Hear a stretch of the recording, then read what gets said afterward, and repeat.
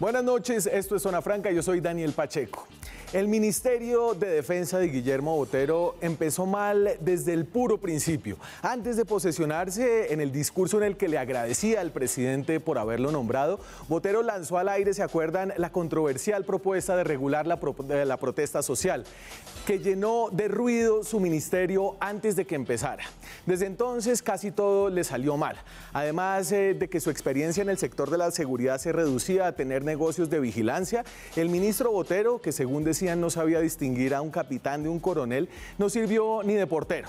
De hecho, los autogoles más vergonzosos que se ha metido este gobierno Duque vinieron del propio Ministerio de Defensa de Botero. Primero, el muy mal manejo del caso de la directiva de bajas de combate que publicó el New York Times y que revivía los temores de falsos positivos. Segundo, la errática serie de explicaciones falsas sobre el asesinato de un excombatiente de las FARC a manos del ejército.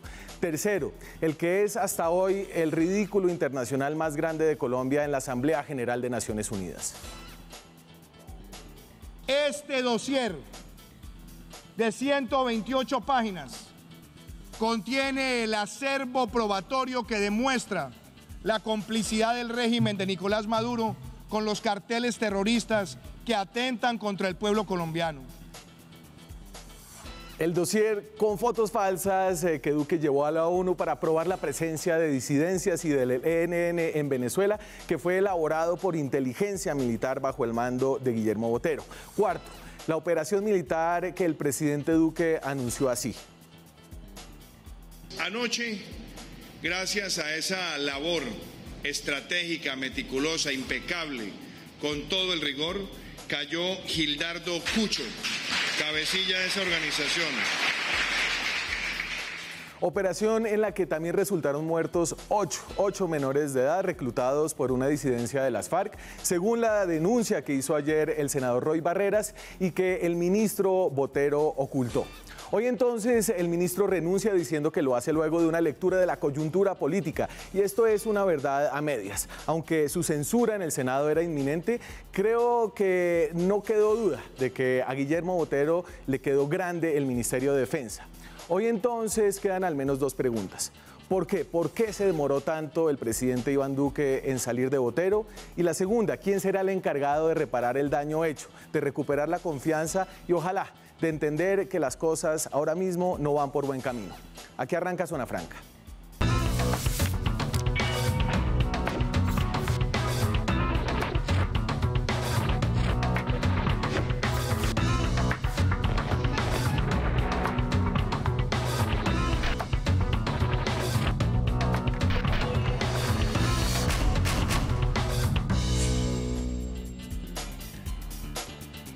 Se cayó el ministro de Defensa y hoy para comentar en clave política, en clave también académica, me acompaña la representante de la Cámara del Partido Verde, Juanita Gobertus. Hizo parte del equipo negociador y también trabajó en el Ministerio de Defensa, específicamente en los temas de derechos humanos y derecho internacional humanitario, derecho operativo. Juanita, es un gusto contar con usted esta noche. Daniel, muy buenas noches. Un saludo a todos mis colegas y por supuesto a los televidentes. Gracias por esta invitación. Uno de los grandes sabios de la tribu del Centro Democrático, el senador José Obdulio Gaviria. Contar con usted también es siempre un placer, senador. Gracias. No, buena presentación, ya estoy que te desplazo. Gran sabio, filósofo. De la academia me acompaña hoy Giancarlo Mejía, que es abogado, tiene un doctorado en temas de Derecho Internacional Humanitario, Derechos Humanos, es perito de la Corte Interamericana de Derechos Humanos, de Derecho Operacional, y da clases en una cantidad de universidades. Giancarlo, gracias por estar acá. Daniel, muchas gracias. A mis compañeros de mesa, igualmente a tus televidentes. Y de Cambio Radical, el representante José Daniel López, Cambio Radical, uno de los partidos que inclinó la balanza para hacer inminente la salida de Botero si no renunciaba. Gracias por estar aquí hoy. Gracias a usted, Daniel, por la invitación. Un saludo a mis compañeros de panel y a los televidentes. Y entonces, ¿Por dónde arrancar? Mire, esta fue la gota que rebosó la copa. Ayer la denuncia del senador Roy Barreras, una denuncia que siento yo debió haber sido periodística. Aquí faltó más periodismo detrás de lo que sucede en las regiones apartadas de Colombia, pero que trae el senador Barreras, lo que hace de este un debate político. Esto que le estoy mostrando, senadores, a los colombianos lo muestro con dolor, pero a los colombianos se les ocultó esta información. En septiembre 2 del 2019, el ministro de Defensa aquí presente le informó a los colombianos, abro comillas, son 14 los delincuentes muertos en desarrollo de las operaciones militares en el Caquetá contra las disidencias del Gao Residual. 14 los delincuentes muertos. Ministro, usted le escondió a Colombia que ese día de septiembre bombardeó 7 niños y murieron 7 niños. Y eso fue ayer en el Senado. ¿Cuál es la primera lectura que hace usted, senador? Un primer comentario. Dijiste fotos falsas del informe de la ONU.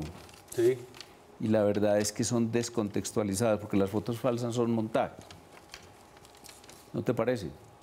A ver, eran fotos falsas en el sentido en que se atribuían a imágenes que, es decir, cuando se dice, esta es una foto de la presencia del ELN en Venezuela y resulta que la foto es de la presencia del ELN en Colombia. Sí, pero es del ELN y niños, etcétera. Entonces la foto no era propiamente falsa, pues diría yo. Pero bueno.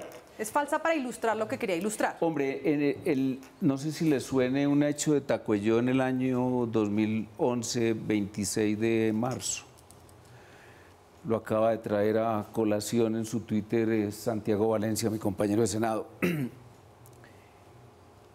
Esto se lo referencio para decir que yo estoy muy insistente en que definitivamente la catástrofe del gobierno ha sido una catástrofe de su manera como maneja la información. Dijiste que, dijo Roy Barreras que se ocultó información. Sí. Y más bien es que no se hace un gran esfuerzo de información, porque ahí no hubo ocultamiento. Tan no está oculta que él la encontró. Entonces, lo digo porque ese 26 de marzo, el presidente de la República de la época dijo en la televisión... Juan Manuel Santos. Entiendo que era Juan Manuel Santos. Que había tenido un gran éxito y había logrado un bombardeo en donde perecieron 15 guerrilleros y eran 15 jugadores de fútbol, entre ellos 4 niños y los demás jovencitos. No pasó nada. La verdad es que el problema de información de Santos se manejaba de otra manera, se manejaba con unos mecanismos que se llaman mermelada. Pero bueno, pero yo retomo la palabra que usted utiliza, catástrofe. Hay una catástrofe en el gobierno. Sí, de información que olvida que estamos en una época en donde el gobierno también tiene unos visos de reality y de permanente contacto con la ciudadanía y con la base popular particularmente. Sí. Y lo que hubo allí es que inmediatamente el gobierno observó el hecho de que las FARC, además de tener a su chucho ahí de dirigente, estaba reclutando niñitos y niñitas, reclutando los que equivale en el derecho realmente más bien a secuestro. Esos niñitos, por ejemplo, si son capturados, no pueden ser puestos a disposición de la justicia. Pero entonces dice el senador que este es un problema de comunicación y no de fondo. Y yo creo que por eso arranqué haciendo ese decálogo de 4 razones y 4 incidentes graves en los que el ministro Botero había incurrido, digamos. De acuerdo. Vea, Daniel, yo coincido con el senador que estamos ante una catástrofe. Pero difiere en la otra mitad. No creo que sea una catástrofe de comunicación, sino una catástrofe real basada en hechos objetivos. Menciono algunos.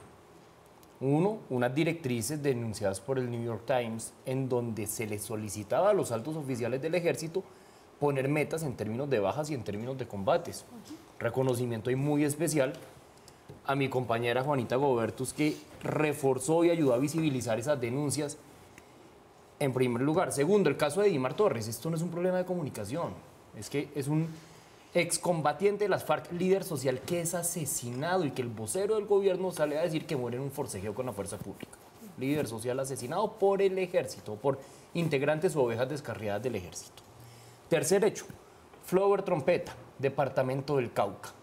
Lo asesinan y el ministro de Defensa o el exministro sale a bajar del perfil al crimen argumentando que tenía un proceso abierto en el SPOA, en el Sistema Penal Acusatorio de la Fiscalía, como si el hecho de estar incurso en una investigación ni siquiera ser condenado justificara o de algún modo redujera la gravedad del asesinato de un líder social. Y la situación del Cauca. Van 36 indígenas de la comunidad Nasa asesinados en el año 2019. 2 masacres han ocurrido en 14 kilómetros cuadrados.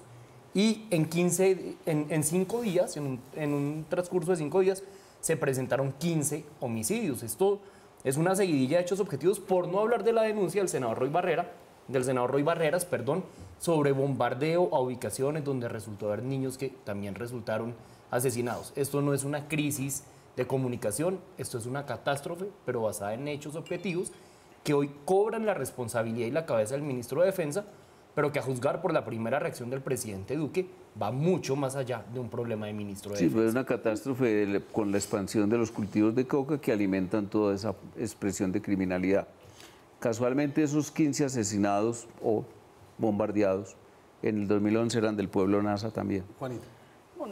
Yo comparto la posición de José Daniel. Yo realmente creo que es una catástrofe de gobierno y sobre todo su incapacidad para ser capaz de gestionar la seguridad territorial. Históricamente, digamos, si alguno podría decir, bueno, no, Duque parecía ser el que prometía seguridad territorial justamente de cara a este escenario de cultivos. Y es todo lo contrario, completamente incapaz, dado los datos que justamente presenta José Daniel. Pero yo quisiera ir un paso más allá y seguramente Giancarlo entrará en lo mismo desde un punto de vista de DIH y en particular lo que hace hoy el ministro antes de renunciar cuando da su rueda de prensa supuestamente haciendo la explicación.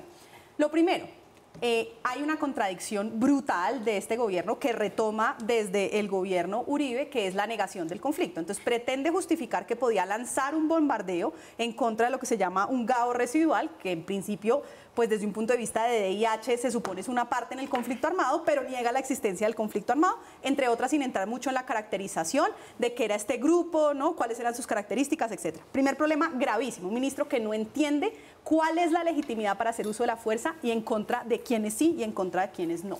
Lo segundo, un problema... Pero para entenderle, ¿usted cree que si se hubiera tenido toda la información, el DIH le da a usted herramientas para decir que no debería haber lanzado ese bombardeo? Es que cuando no todo delincuente es sujeto del uso de la fuerza letal como primera opción. En principio, en un Estado de Derecho, el uso de la fuerza letal es la última opción. Cuando yo reconozco que estoy en un conflicto armado con una parte organizada, hostil, entonces puedo hacer uso de la fuerza letal como primera opción. Puedo. Primer problema de caracterización, este gobierno no tiene suficientemente claro, ni le ha permitido, digamos, tener a la ciudadanía una claridad de con quiénes está en conflicto armado y con quiénes no, para efectos de poder controlar si ese uso de la fuerza letal es legítimo o no. Segundo, una vez yo digo, listo, es una parte en el conflicto armado, que digamos que lo fuese, tengo que poder tener información de inteligencia suficiente para poder garantizar que aplico el principio de precaución y puedo saber quiénes están allí. De 14 personas, 8 en este momento sabemos, eran niños que por los reportes que ha dado la Defensoría del Pueblo se sabía que estaban reclutando en esa zona de manera reciente, es decir, una cosa es un joven, inclusive en Colombia ha existido jóvenes francotiradores, es decir, hay un caso complejo sobre cuánto los jóvenes menores de edad pueden entrar a participar en las hostilidades. Aquí lo que se conoce, por lo que ha dicho la Defensoría, es información de reclutamientos recientes. Entonces, por lo menos, muy mala inteligencia para lanzar una operación militar, que dice el senador Gaviria, ha pasado en otros momentos. Nadie está diciendo que este es el único momento en el que puede haber existido, pero eso no justifica la gravedad de este hecho. Pero quizás el tercero y más grave.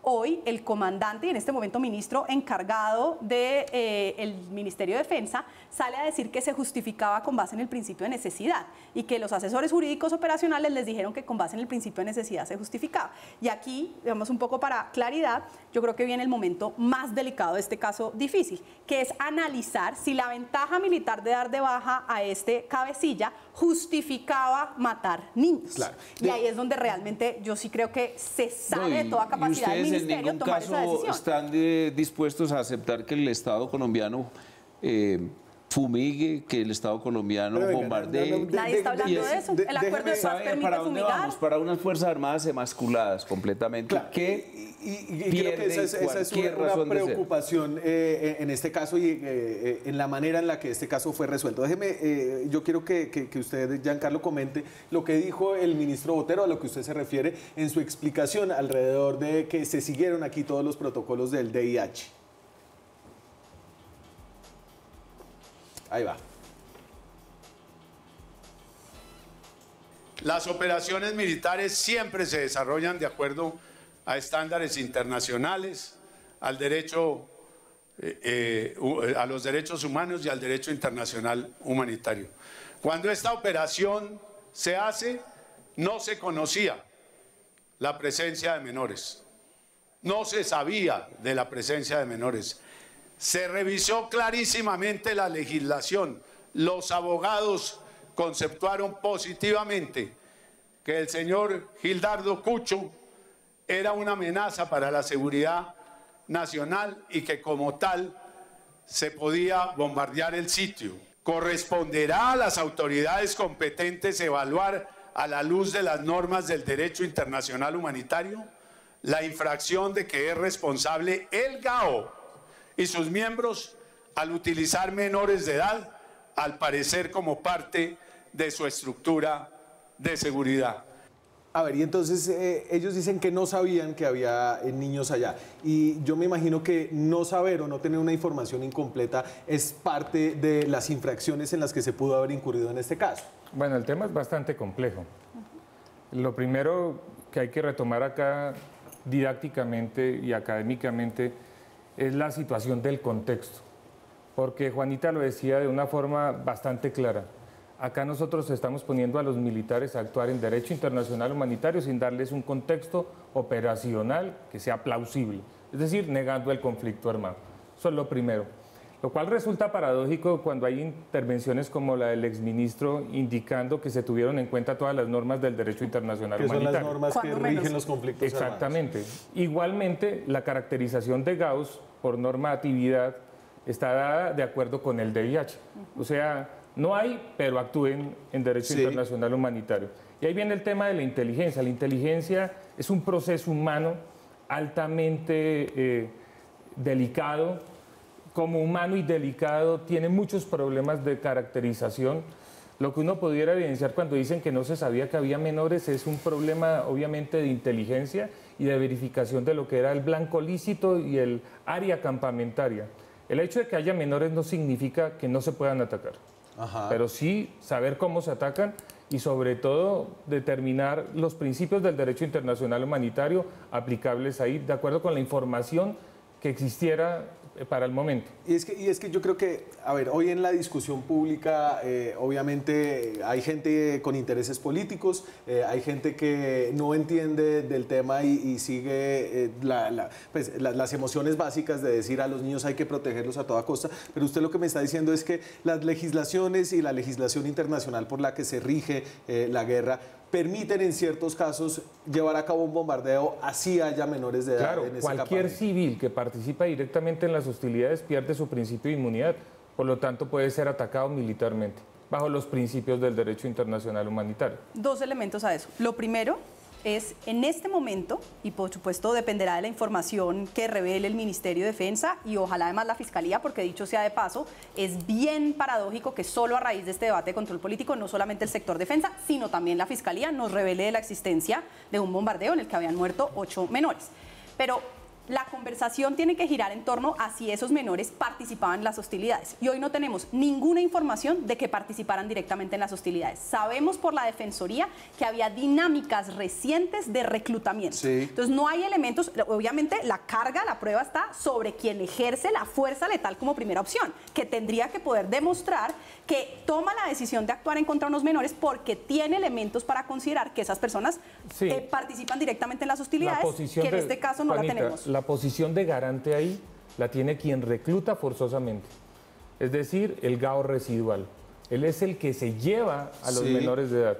Y ahí lo que hay que hacer es plantearse en inteligencia qué era lo que hacían dentro del área y de la zona campamentaria para lanzar una operación tipo beta. Y entonces me tengo que ir a la pausa, pero solo les dejo el contexto político del día en que se lanzó esa operación. Ese fue el mismo día que aparecieron en un video Iván Márquez y Jesús Santrich con otros disidentes. El de las jefe FARC. de Chucho y de los niños también movilizados. No, eso ¿Tiene información para demostrar eso, su senador? conciencia, pero ese era el contexto Ese es el político contexto. en el cual fue lanzada esa operación militar. Vamos a la pausa y ya regresamos. Seguimos en Zona Franca, hablamos de la renuncia del ministro de Defensa Guillermo Botero. Francamente renunció, ese es nuestro hashtag. Nos pueden ver también a través de Facebook Live. Envíennos sus comentarios. A propósito de la renuncia, les tengo este extracto de la carta que se hizo pública hace apenas un par de horas, en la que el ministro, este es un extracto de la carta que le presentó al presidente de la República. Es mi deber como ministro de Defensa tener una lectura adecuada de la coyuntura política, por lo que he decidido presentar renuncia al cargo de ministro. Y entonces aquí la renuncia se lee en clave política y no en clave de lo que fue su gestión. Y yo no sé si usted está de acuerdo con esa lectura, senador. O sea, le está entregando su cabeza. Por ejemplo, hay júbilo en las redes sociales de las FARC. Hay júbilo, no sé si las has leído ya. Sí. Las dos senadoras. Con algo de cinismo, siendo que Júbilo, las FARC júbilo. fueron Eso no tiene los ningún mayores otro nombre. Hay reclutadores de jolgorio, menores en hay Colombia. fiesta. Inclusive deben estar tomando mucho licor en este momento. Porque están logrando lo que es el propósito. No sé. Deben estar logrando el propósito. Insisto mucho en la palabra. Emasculadas. Ellos quieren unas fuerzas armadas de utilería. Unas fuerzas armadas que no combatan, que no haya fumigación por la expansión de 48.000 hectáreas en el 2012 a 209.000 certificadas en el 2017, que además no ataquen nunca a nadie, a Márquez particularmente, no lo vayan a atacar, que no vayan a capturar a Santrich, por favor, que no tengan además ninguna acción contra nuestros queridos vecinos, su régimen Maduro y el ELN en ese territorio. Pero, senador, sacaron 30.000 votos en las elecciones regionales. Es que ellos no van por la vía electoral nunca. Ellos son unos Dejaron las armas para... golpistas. Ellos tienen una línea que está fundada en el pensamiento de Marx, que está expresado nítidamente en el manifiesto comunista. Le digo a los televidentes que incluso se pongan en la tarea de leerlo, porque además es una gran pieza literaria, yo lo reconozco. Marx escribía muy sabroso, y son 50 hojas, páginas, y por lo tanto vale la pena que sepan cuál es el propósito, y el propósito es nítido, claro, y está además en un contexto internacional. Pero aquí participaron fuerzas que están en la independencia al gobierno, no están en la oposición, como el Partido Verde, que también metieron la cucharada y se fueron en contra del ministro. Sí, a nosotros en Cambio Radical el capital de Marx y en general la obra de Marx no nos ha calado mucho. Lo que yo debo decir en primer lugar, Daniel, es que el ministro de Defensa no renunció. Al ministro lo sacaron ante un resultado inminente en la plenaria del Senado, y para evitar ese episodio renuncia de manera anticipada. Sí, pero sin lugar a dudas, senador José Obdulio, sin moción de censura y sin las posturas que asumimos los partidos independientes y de oposición, hoy, a esta hora, Guillermo Botero seguiría siendo ministro de Defensa. La única causa sine qua non de la renuncia de Botero es la moción de censura. Al ministro de Defensa lo saca el Congreso y lo sacan la valentía de periodistas que se anticiparon a denunciar actuaciones irregulares durante su administración. Más bien la ineptitud de periodistas como Álvaro García, que sigue ahí en su cargo y que es el responsable de que no haya una comunicación entre un muy buen gobierno con el país. Bueno, pero venga, que usted mete a Álvaro, obviamente usted sabe que Álvaro era el director de ese canal. Y yo le pregunto, ¿qué tiene que ver el jefe de comunicaciones de Presidencia de la República con comunicar hechos que son propios de la cartera de defensa, como que hubo 8 muertos menores de edad, como que hubo unas fotos descontextualizadas, digamos, para no entrar en esa discusión de nuevo en un dossier? ¿Qué tenía que ver Álvaro con ese trabajo que era propio de la cartera de defensa. Porque todas las noticias tienen unos grados y ascienden de nivel. Pueden ser inclusive relacionadas con simplemente un policía, pero puede ascender a ser un asunto nacional. Y este, en mi opinión, era un asunto que había que tomarlo por los cuernos de inmediato y con toda la verdad. A ver, Daniel, dos elementos de eso. Lo primero, frente a lo último que está diciendo el senador José Obdulio, si el presidente sabía, es decir, si cuando él da la declaración de que con qué rigor, que se hizo gran operación, impecable, meticulosa, ya sabía, me temo que estamos en un riesgo jurídico brutal del presidente de la República, porque cuando hay este tipo de hechos y cuando digamos, en gracia de discusión, que no supieran que esto sea un efecto indeseado, un error militar, lo que le corresponde en el marco además del Estatuto de Roma, a quien hace parte de la cadena de mando y por lo tanto responde como responsable de mando, sería tomar todas las medidas para prevenir y garantizar que se investigue, juzgue y sancione el hecho para esclarecerlo y determinar. Entonces, yo quiero creer que el presidente no sabía, porque si el presidente sabía, estamos ante un riesgo jurídico del presidente gravísimo. Entonces, yo me temo, pero por supuesto esperemos que se esclarezca, que el presidente no tiene conexión con lo que está pasando en el sector defensa, que es en todo caso muy grave, porque es un comandante de las fuerzas militares que está completamente aislado de cómo se conduce la seguridad territorial. Y lo segundo, frente Daniel, a la izquierda, cualquier acción de un presidente de la República es una falta gravísima, porque está poniendo en entredicho la existencia de unas fuerzas que están proyectadas hacia el poder. Y lo segundo que me da pie el senador con esa frase, y es que él dice, toda la izquierda, y nos mete además, son las FARC, y ustedes son todo lo mismo, y lo que quieren es emascular a la fuerza pública. Totalmente falso. Y utilerías, absolutamente falso. Componga la frase así. Absolutamente falso. Hace 5 meses dimos un debate en la Cámara de Representantes para justamente prevenir que esto se diera. Y tristemente tengo que decirlo, desde el Partido Verde lideramos que se hiciera la moción de censura justamente para prevenir, no para emascular a las fuerzas, para proteger la legitimidad de las fuerzas de un ministro de Defensa que lo estaba deslegitimando. Tristemente en ese momento no tuvimos el apoyo de los partidos independientes, que hoy por fortuna sí se suman, pero luego de que tuvimos semejante situación con el homicidio de los niños y con la discusión en la que estamos, claro, de usted votó los en contra de una moción de censura hace 5 meses. Por decisión de bancada y hace 5 meses, cuando no había pasado la mayoría de los hechos que hoy están motivando esta moción de censura. Pero Daniel, permítame un comentario, y es, mi preocupación es de acá en adelante. Yo creo que hay que de algún modo ya empezar a desboterizar el debate, si cupiera o existiera el término. Y hay que pensar que vale la pena preguntarnos qué está pensando el gobierno, qué está pensando el presidente. A mí me deja aterrado un trino. Venga, yo le pongo el trino. El tuit de Duque renuncia a Botero. Juanse, porfa. Me imagino que es este. Vamos ahí. El de los que dice, resultados. quiero destacar que durante gestión de Guillermo Botero logramos frenar tendencia de crecimiento de cultivos de coca, redujimos el homicidio en un 2%, lesiones personales en 18%, el secuestro en cerca de 50%, así como grandes golpes a cabecillas del ELN, disidencias FARC y GAO. Yo esta semana leí que el homicidio enero-septiembre había subido 2% según cifras de medicina legal. Pero bueno. Claro, pero además uno de los atributos esenciales para que un gobierno salga de las crisis y las vuelva a oportunidades es la autocrítica. ¿Cuál es la autocrítica del presidente? Está en otro trino. En nombre de los colombianos, de todos los colombianos, de todos ustedes, también a nombre mío y equipo de gobierno, quiero agradecerle por su compromiso, sacrificio y liderazgo en el sector.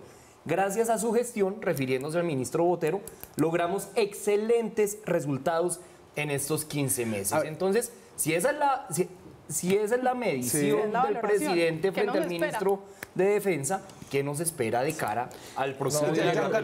Yo le he escuchado, usted tiene una visión que hay un problema más de fondo. Sí, Juanita lo tocó tangencialmente respecto al conocimiento del presidente. Eso lo que lleva a plantear es básicamente el abordaje de la seguridad en Colombia. Cuando se menciona en el tuit al sector, los temas de seguridad han desbordado mundialmente a los sectores de seguridad y defensa. Hoy se habla de un sistema de seguridad. Esos sistemas de seguridad involucran otros elementos que acá no fueron tocados en el tuit, porque no es la disminución de las tasas o si aumentan las tasas o las estadísticas que a veces son acomodadas, sino es la seguridad alimentaria, si la gente puede viajar. Nosotros tenemos un pésimo abordaje estructural de la seguridad. Hace 10 años exactos, con Juanita estábamos trabajando en una ley estatutaria de seguridad y defensa. Hoy Colombia, el único país en el hemisferio occidental con conflicto armado, carece de una ley de seguridad y defensa. No hay una norma. Pero bien, yo me le adelanto al senador Gaviria, pero es que estamos inundados de coca. Ese es el motor de la violencia Para en mí Colombia. el motor de la violencia en Colombia no es la coca, es la cultura de la ilegalidad, la multicriminalidad y la falta de abordaje integral sobre los sistemas de seguridad. Le anticipo otra tarea ya después de tumbar al ministro, gracias a Dios, y de lograr frenar la fumigación, que no vaya a ocurrir que la Corte Constitucional dé su brazo a torcer. Ahora sigue, ¿sabe qué? Acabar con el ESMAD. Y sobre todo antes del 21 de noviembre, para que el paro fluya. Y recuerde usted esto, hablando de coincidencias. ¿Será que alcanza? Les está poniendo una tarea dura. Estoy poniendo una exageración. Entonces, usted estaba hablando de unas coincidencias del bombardeo legítimo, en donde mueren 14 guerrilleros, 8 de ellos niños, es decir, enrolados a la fuerza. El mismo día de el ataque leve del ELN, además que hay que traerlo a la mesa y volverlo hermano de todos los colombianos, volverlos hermanos de todos los colombianos a través del diálogo. Ese mismo día, ¿sabe qué pasó? Había una manifestación programada masiva que iba a irrumpir en toda la ciudad de Bogotá para decir no más ESMAD, el ESMAD desaparezca. No sé si se recuerda esa casualidad. Esa es la situación. Emasculados, una fuerza pública de utilería, una expansión de los cultivos de coca, una absoluta alcahuetería frente a todas las expresiones de criminalidad y además un posible gobierno de las fuerzas que nos llevaron a esa situación. Me voy a la pausa, seguimos con estas realidades paralelas que hay en el país. Hay que acercarse un poquito a ver si empezamos a hablar después de comerciales.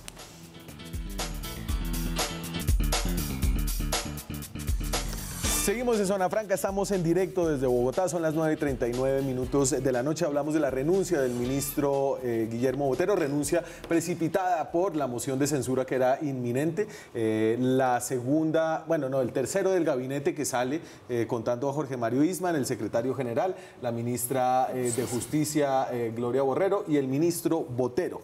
Y lo que hay detrás, y volviendo al tema del bombardeo, es si esto fue un error de cálculo, si tiene que ver con políticas estructurales y con cambios en políticas dentro de las fuerzas militares. Dentro de las órdenes que fueron reveladas por el New York Times, además de estas cuotas de bajas que luego se retiraron, también había una revisión sobre los estándares de certidumbre que ustedes ya me explicarán qué son para lanzar operaciones militares. Y entonces decían aquí las 50 órdenes de comando del general Nicasio Martínez: no exigir la perfección para realizar operaciones. Hay que lanzar operaciones con un 60-70% de credibilidad y exactitud.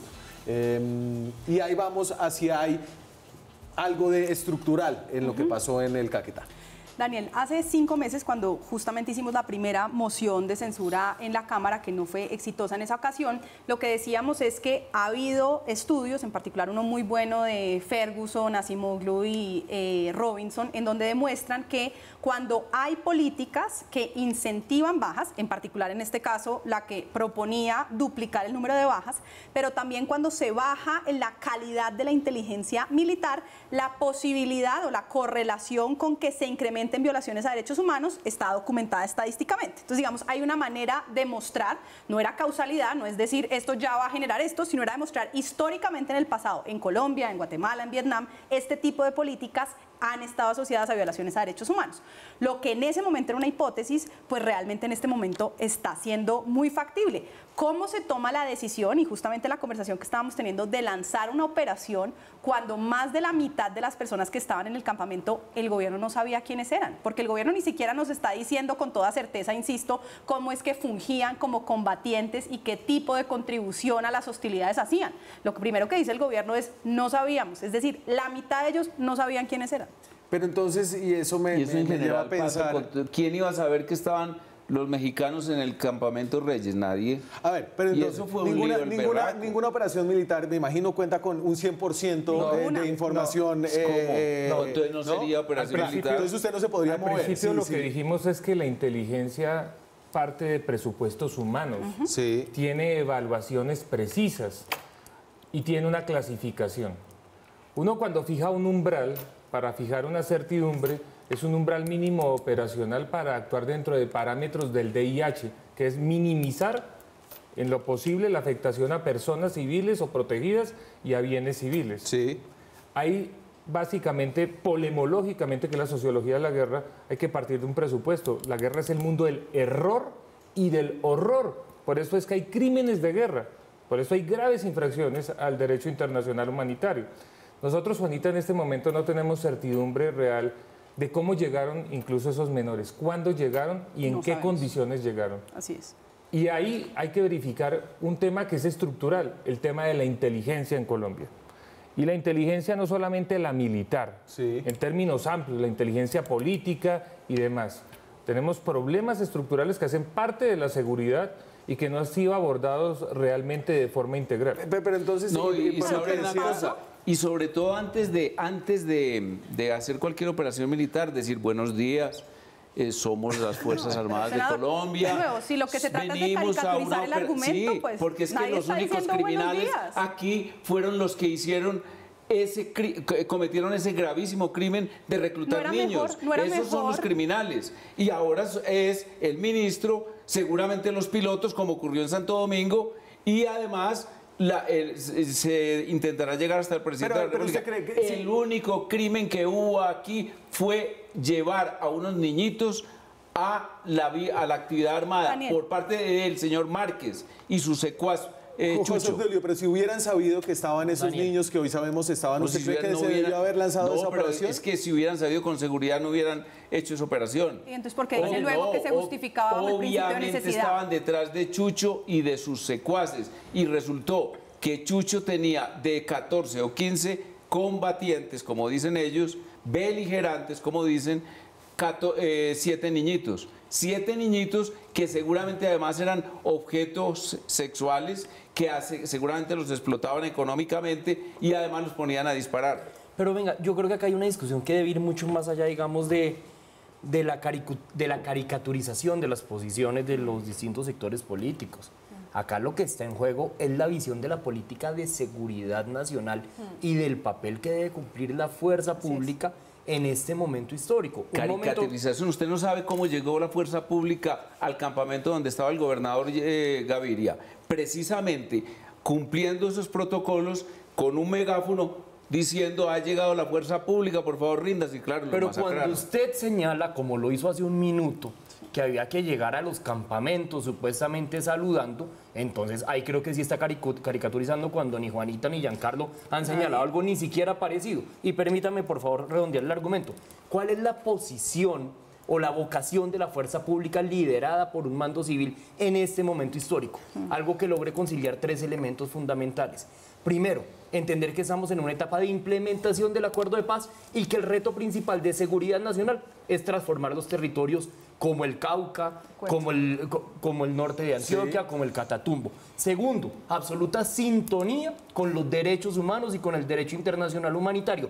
Y conjugado con esos dos criterios, uno tercero, por supuesto, de capacidad militar de persecución de los distintos actores armados ilegales. Esa es la visión ¿Cuál es de el tercero? política de seguridad que se Pero entonces déjeme necesita. preguntarle, ¿usted cree que eso se logra con un nuevo ministro y ya? ¿O que hay que hacer cambios más profundos? Pues yo creo que acá necesitamos un cambio, sin duda, en el talante del presidente de la República. Al presidente le acaba de pasar un carro por encima y no aprendió la lección. Hay cero autocrítica a partir de la declaración que ha hecho esta tarde por medio de redes sociales y a juzgar por las declaraciones acá del senador del partido de gobierno.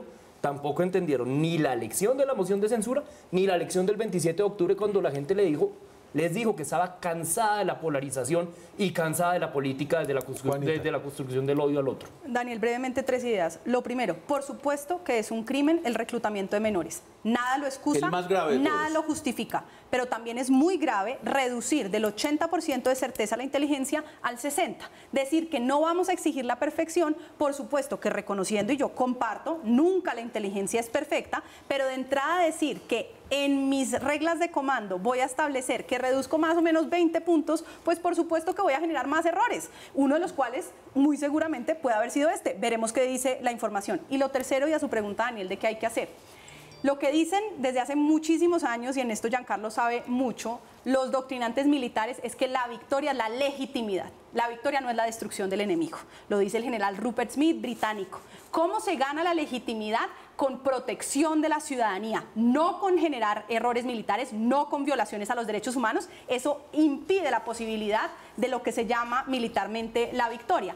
Nada más grave para la fuerza pública que hoy, por vía de lo que ha hecho este ministro de Defensa, tiene, después de que ha sido del alma y el corazón de los colombianos porque nos han protegido, hoy tiene a pique hacia abajo su legitimidad de manera muy grave en las encuestas. Y finalmente eso. ¿Qué significa? Un buen ministro que sepa del sector de seguridad, que entienda que un ministro hace control civil sobre el poder militar, no simplemente decirles, no, mi general, mi coronel, no. Y su rol constitucional es controlar civilmente. Tercero, que se tomen en serio las discusiones de la Comisión de Excelencia Militar. Se suponía que esta comisión tenía que dar un informe final ahorita en noviembre, no ha salido. Hizo un informe a mediados, desde que se hace todo lo de Dimar Torres, el presidente saca esta comisión. Esa comisión sacó un primer informe diciendo que había que revisar el sistema de evaluación de resultados operacionales. No ha pasado, nadie ha dicho nada de eso, y que se revise cuál es el proceso de inteligencia para que volvamos a seguir la calidad de la inteligencia. Giancarlo, ¿cómo siente usted que quedan las fuerzas hoy? No el liderazgo civil, sino las fuerzas militares, los generales, los soldados, los coroneles, los sargentos. Bueno, en la fuerza pública hay un espíritu de cuerpo que es notorio con su comandante supremo, que es el presidente, y su delegatario, y con quien constituye el gobierno, que es el ministro. Y claro que tienen que estar golpeados desde la perspectiva de que estuvieron a punto por primera vez de ver una moción de censura en un ministerio en Colombia. Nunca se había dado. Y nunca se ha dado. Estábamos. Creo que Néstor Humberto Martínez se salvó de una por allá en el gobierno Pastrana. Hizo el esguince. Y se iba a salvar de otra moción de censura de la Corte Suprema de Justicia, pero también salió de la impunidad se salvó todo el régimen de Santos. ¿Cómo le parece que el Néstor Humberto Martínez narra en su último libro esta historia?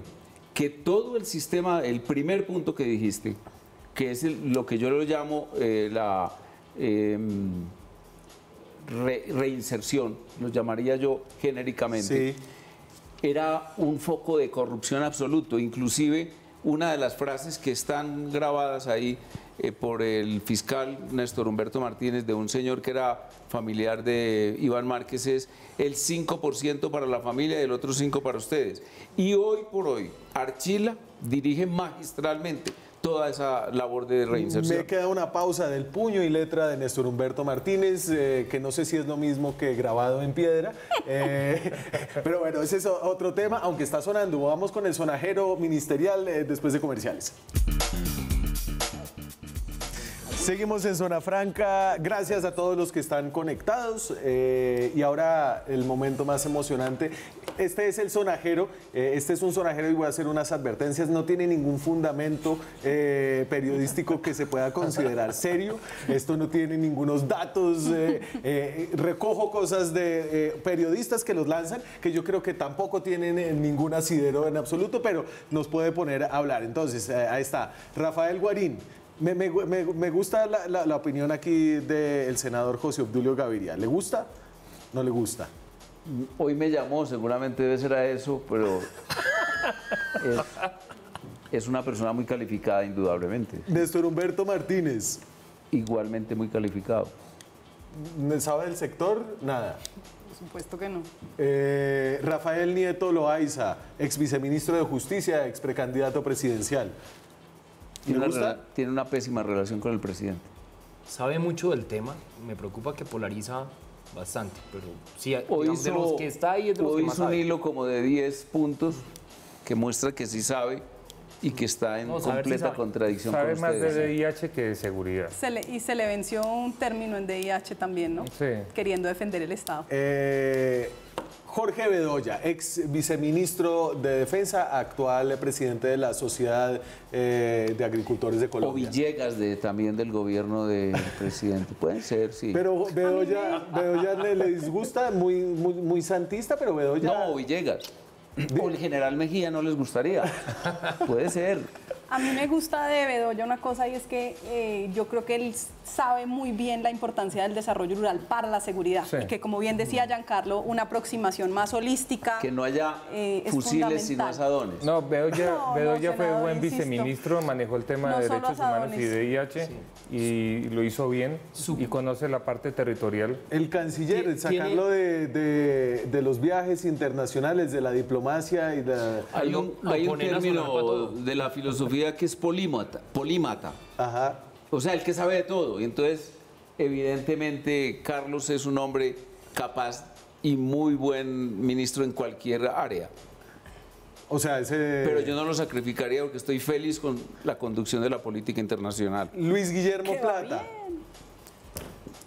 Del BID, ¿sí? Una figura de relieve del uribismo, sí. ¿Del uribismo? Yo creo, Daniel, Luis Guillermo que... Plata no fue ministro de Comercio Exterior de Por supuesto. Juan Manuel Santos. No, de Uribe. De Uribe. Uribista. Uribista. Tenga la seguridad. Daniel, yo creo que en este ¿No dijiste momento... que yo era el jefe de la tribu? ¿Era qué? Usted es el El sabio, sabio el de la tribu. En este momento necesitamos, digamos, ha habido muchos ministros que no sabían del sector defensa y que se llenaron de un buen gabinete de viceministros más técnicos, eso ha pasado. Pero en este momento, en semejante crisis de seguridad que tenemos, con lo que está pasando en el Cauca, con la cantidad de movilización y además lo que está pasando en Latinoamérica, necesitamos a alguien con una curva de aprendizaje, yo creo, un poquito más chiquita. Y alguien que venga de conocer el sector sería muy importante. Marta Lucía, por Y ahí sí, ejemplo, por supuesto. es bastante diestra y fue una gran ministra de defensa del presidente Uribe. Sabe que ahí falta un miembro de nuestra bancada Por favor. que se quemó.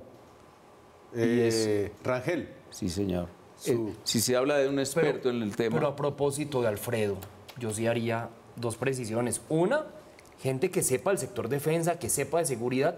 Dos, pero que no le eche más leña al fuego. Es que acá aparte de lo que se acuerdo. trata es de generar ¿Qué es leña? paz política, no más polarización. No, que no lo que disparen. nos dijeron los ciudadanos el 27 de octubre, que busquemos soluciones más que Lo divisiones. dijeron en otros niveles. Que no hagamos la cómo política del administrar odio. las ciudades. Pero lo dijeron de forma Pero venga, absolutamente pero José mayoritaria, Daniel, y senador. déjeme dudar en mi ingenuidad de las buenas intenciones del senador Roy Barreras.